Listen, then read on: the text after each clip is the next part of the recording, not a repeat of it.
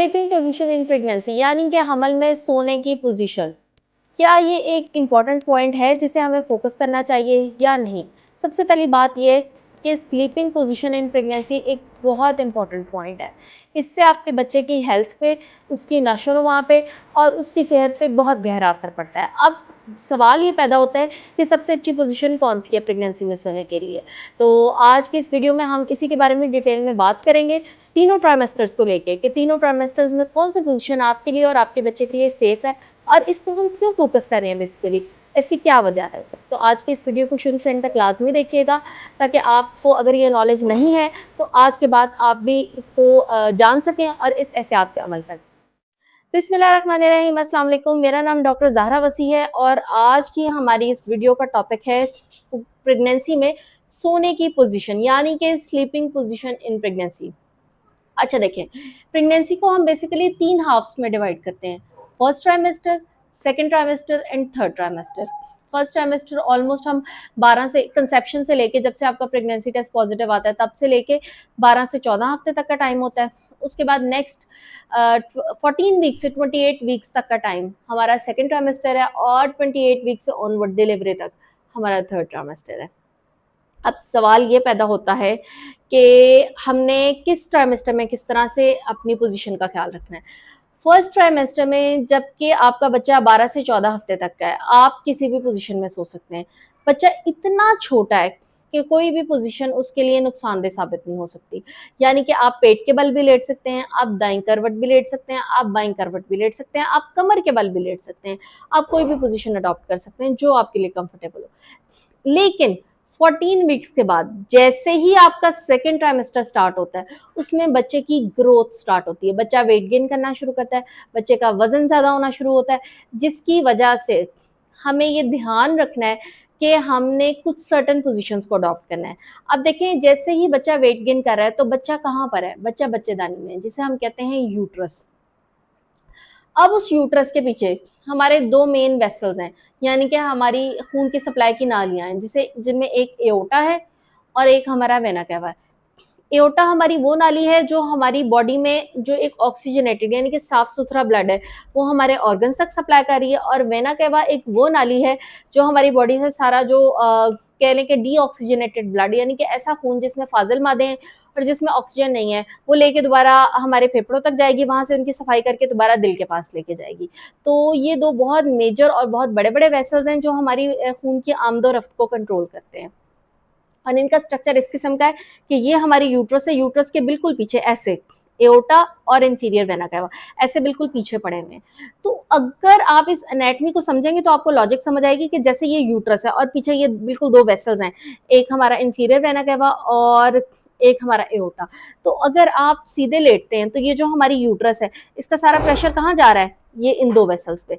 ये हमारी inferior vena cava और हमारी एओर्टा ये यूट्रस के प्रेशर से कंप्रेस हो रही हैं, मतलब ये दब रही हैं, और जब ये दब रही हैं तो इनमें ब्लड की सप्लाई कम हो रही है। अब इन्होंने क्या करना है? इन्होंने साफ सुथरा खून हमारे अज़ा को सप्लाई करना है और वहां से जो फाजिल मादों वाला खून है वो हमारे फेफड़ों को देना है ताकि वो उसको साफ कर सकें। जब ये दब रही हैं तो ये दोनों काम अच्छे से नहीं कर रही। जब ये दोनों काम अच्छे से नहीं कर रही हैं तो जो हमारी बॉडी के सारे ऑर्गन्स हैं उनमें हमारी बच्चेदानी यानी कि यूट्रस भी शामिल है, यानी कि यूट्रस की ब्लड सप्लाई भी मुतासर हो रही है। यूट्रस तक अच्छा साफ सुथरा खून एओर्टा के जरिए, उसके आगे से ब्रांचेस हैं जिनमें से हमारी एक यूट्राइन आर्टरी निकलती है जो डायरेक्टली यूट्रस को सप्लाई करती है। तो जब वो दब रही है हमारी एओर्टा तो उससे उसकी सप्लाई कॉम्प्रोमाइज हो रही है, इसी तरह हमारी यूट्राइन आर्टरी की सप्लाई भी कॉम्प्रोमाइज हो रही है। और चूंकि हमारी यूट्राइन आर्टरी की सप्लाई कॉम्प्रोमाइज हो रही है उसकी वजह से उसकी वजह से हमारा जो यूट्रस की सप्लाई है वो भी कॉम्प्रोमाइज हो रही है, और यूट्रस की सप्लाई कॉम्प्रोमाइज होने की वजह से बच्चे की ग्रोथ मुतासर हो रही है, क्योंकि बच्चे को भी अच्छा साफ सुथरा ताज़ा खून चाहिए, क्योंकि उस खून में ऑक्सीजन भी है, ग़िज़ाई मादे यानी कि न्यूट्रिएंट्स भी हैं, और जब वो ऑक्सीजन और ग़िज़ाई मादे न्यूट्रिएंट्स बच्चे तक नहीं पहुंच पा रहे तो बच्चे की ग्रोथ मुतासर हो रही है। और साथ ही जब हमारे बच्चे से अवल के ज़रिए फाजिल मादे प्रॉपरली नहीं निकल पा रहे हैं, क्योंकि इंफीरियर वेना कैवा भी कंप्रेस हो रहा है, तो तब भी उसकी ग्रोथ मुतासर हो रही है क्योंकि फाजिल मादे इकट्ठे हो रहे हैं। तो ये एनाटॉमी समझा के बताने का मकसद ये था कि जब खून की आमदो रफ्त दोनों तरफ से साफ खून की सप्लाई और जो डीऑक्सीजनेटेड यानी कि फाजिल मादों वाला खून है उसका फ्लो मुतासिर होगा, तो साथ ही बच्चा भी मुतासिर होगा और उसकी ग्रोथ मुतासिर होगी। बच्चे का वजन कम हो सकता है, बच्चे की आवल सिकुड़ सकती है और बच्चे का पानी जो है वो भी कम हो सकता है। तो आपने जैसे ही आपका वजन बढ़ने लगे स्पेशली 24 वीक्स के बाद, और बहुत अगर प्रिसाइजली बात करें तो एग्जैक्टली 28 वीक्स के बाद सीधा नहीं लेटना। लॉजिक मैंने बहुत लंबी बहुत डिटेल में समझा दी। अब लेटना कैसे?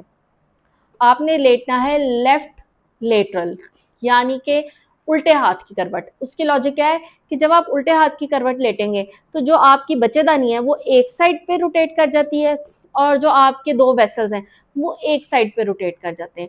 मतलब बच्चेदानी का वजन दूसरी साइड पे चला जाता है और वेसल्स दूसरी साइड पे चले जाते हैं, दोनों अलग अलग हो जाते हैं। खून की आमदोरफ्त बहुत ईजी और बहुत आसान हो जाती है। ब्लड का आना और ब्लड का जाना, इसके फ्लो में कोई रुकावट नहीं आती। और जैसे ही तमाम ऑर्गन्स अच्छे तरीके से सप्लाई होते हैं, ऐसे ही आपकी यूट्रस भी अच्छे तरीके से सप्लाई होती है। बच्चे का वजन अच्छा बढ़ता है क्योंकि उसको न्यूट्रिएंट्स एक अच्छे एम्पल अमाउंट में मिलते हैं, उसको ऑक्सीजनेटेड ब्लड मिलता है और जो फाजिल मादों वाला डीऑक्सीजनेटेड ब्लड है वो इजीली वहां से वॉश आउट होता है, उसकी सफाई होती है। लेकिन इसमें प्रॉब्लम क्या आता है, पेशेंट्स कहते हैं कि हम एक तरफ लेट लेट के थक जाते हैं। सारी रात एक तरफ लेटेंगे तो आपके जो बैक के मसल्स हैं वो स्ट्रेच हो जाते हैं और उसमें प्रॉब्लम होती है। तो इसका हल क्या है? इसका हल ये है कि मैं पेशेंट्स को हमेशा कहती हूँ कि स्पेसिफिकली 24 वीक्स के बाद आप अपनी बैक का मसाज स्टार्ट करवा दें। कुछ अगर तो आपके घर में कोई अच्छी अवेलेबल हैं, जैसे कोई फीमेल जो इस चीज़ में ट्रेंड हो कि किस तरह से मसाज करना है, या अगर आपके पास मसाज चेयर्स वगैरह हैं तो आप उनका भी इस्तेमाल कर सकते हैं। अच्छी तरह अपने बैक के मसल्स को रिलैक्स करवाएं, उनका तनाव रिलीज़ करवाएं, उनका मसाज करवाएं।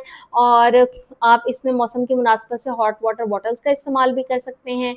लेकिन मसाज करवाते वक्त जैसे अक्सर घरों में रवाज भी होता है कि दबाने वाली ख़वातीन होती हैं, जो दाइयाँ वगैरह होती हैं, उनको बुलाया जाता है कि जो भी फीमेल प्रेग्नेंट है उसको दबाएं ताकि वो रिलैक्स रहे। ये बहुत अच्छा रवाज है, लेकिन सिर्फ इसमें एक चीज़ का आपने ख्याल रखना है, मेक श्योर कि आपने जो पेट का अगला हिस्सा है उसके ऊपर प्रेशर नहीं लेना, क्योंकि बहुत सारी मैंने देखा है हमारे पास प्रैक्टिकली केसेस आते हैं कि पेशेंट्स आते हैं, वो कहते हैं कि वो दबाने वाली आंटी आई थी या दाई आई थी, उन्होंने कहा था कि मैं पेट में बच्चा पता नहीं सिकुड़ गया है, बच्चा रिलैक्स नहीं है, बच्चा इजीली सो नहीं रहा है, थक गया है, तो हम उसका मसाज कर देते हैं, उसकी हड्डियाँ रिलैक्स हो जाएंगी। तो ऐसा कोई मैकेनिज्म नहीं है। उसको रिलैक्स करने के चक्कर में वो इस तरह से आपके पेट पे प्रेशर देते हैं कि आपकी जो प्लेसेंटा होती है, जो आवल होती है, वो फट जाती है, जिससे हम एक कॉम्प्लिकेशन होती है जिसे हम कहते हैं प्लेसेंटल एब्रप्शन, जिसमें फिर हम बच्चे को बहुत लंबा लेके नहीं चल सकते। एट टाइम्स हमें डिलीवरी भी करवानी पड़ती है और प्रीमेच्योर डिलीवरी भी करवानी पड़ती है, और इसके और एब्रप्शन की और बहुत सारी कॉम्प्लिकेशंस हैं। पेशेंट बहुत सारे मसाइल का शिकार हो सकता है। तो लाजमी दबवाने वाली जो आंटियाँ होती हैं, जो दाइयाँ होती हैं, उनसे आप फ़ायदा लें, मुस्तफ़ीद हों, लेकिन पेट वाले एरिया को आपने टच नहीं करवाना है। स्लीपिंग पोजीशन आपने 24 वीक्स के बाद लेफ्ट लेटरल ही रखनी है, ताकि आपके बच्चे की ग्रोथ मुतासर ना हो, उसकी खून की सप्लाई आमदोरफ्त मुतासर ना हो और बच्चा अच्छी तरह से ग्रो कर सके, उसकी आवल यानी कि प्लेसेंटा भी हेल्दी रहे, पानी भी ठीक रहे और बच्चे का वेट भी ठीक रहे। ये बहुत छोटा सा पॉइंट है, लेकिन जो एक साइंटिफिक एविडेंस पेपर जिसे हम SIP कहते हैं, साइंटिफिक इम्पैक्ट पेपर, उसमें ये रिसर्च आई है बाकायदा तौर पे कि बहुत सारे बच्चे जिनकी अनएक्सप्लेन्ड डेथ यानी कि बगैर वजह के डेथ होती है 28 वीक्स के बाद, उनमें एक मैटरनल स्लीपिंग पोस्चर है, यानी कि उनकी माओ के सोने का तरीका ठीक नहीं होता। वो इस तरह से सोती हैं कि वो या सीधा सोती हैं या सीधे हाथ की करवट सोती हैं, जिसकी वजह से खुद बच्चे का प्रेशर उस ये जो मेजर वेसल्स हैं एओर्टा और इंफीरियर वेना कावा, इनके ऊपर आ जाता है। बच्चा अपने ही प्रेशर से नालियों को कंप्रेस कर देता है, ब्लड की सप्लाई मुतासर हो जाती है और बच्चे की इवन डेथ भी हो सकती है। बहुत छोटी छोटी बातें होती हैं। इंसान हमेशा ठोकर पत्थरों से खाता है, पहाड़ से कोई भी नहीं गिरता, क्योंकि वो सामने नज़र आ रहा होता है, उससे हम एहतियात कर लेते हैं। लेकिन ये जो छोटी छोटी चीज़ें होती हैं ना, ये हमें अक्सर बहुत बड़े बड़े नुकसान दे जाती हैं। तो ये एक बहुत छोटा सा पॉइंट है जिसे मैंने बहुत डिटेल में एक्सप्लेन करने की कोशिश की। थोड़ी सी इंटरप्शन के लिए माजरत, मुझे कुछ फ्लू और RTI हुआ हुआ है, उसकी वजह से थोड़ी सी इंटरप्शन थी, sorry for that. I hope कि मैंने अपना मैसेज अच्छी तरह से कन्वे कर दिया आपको।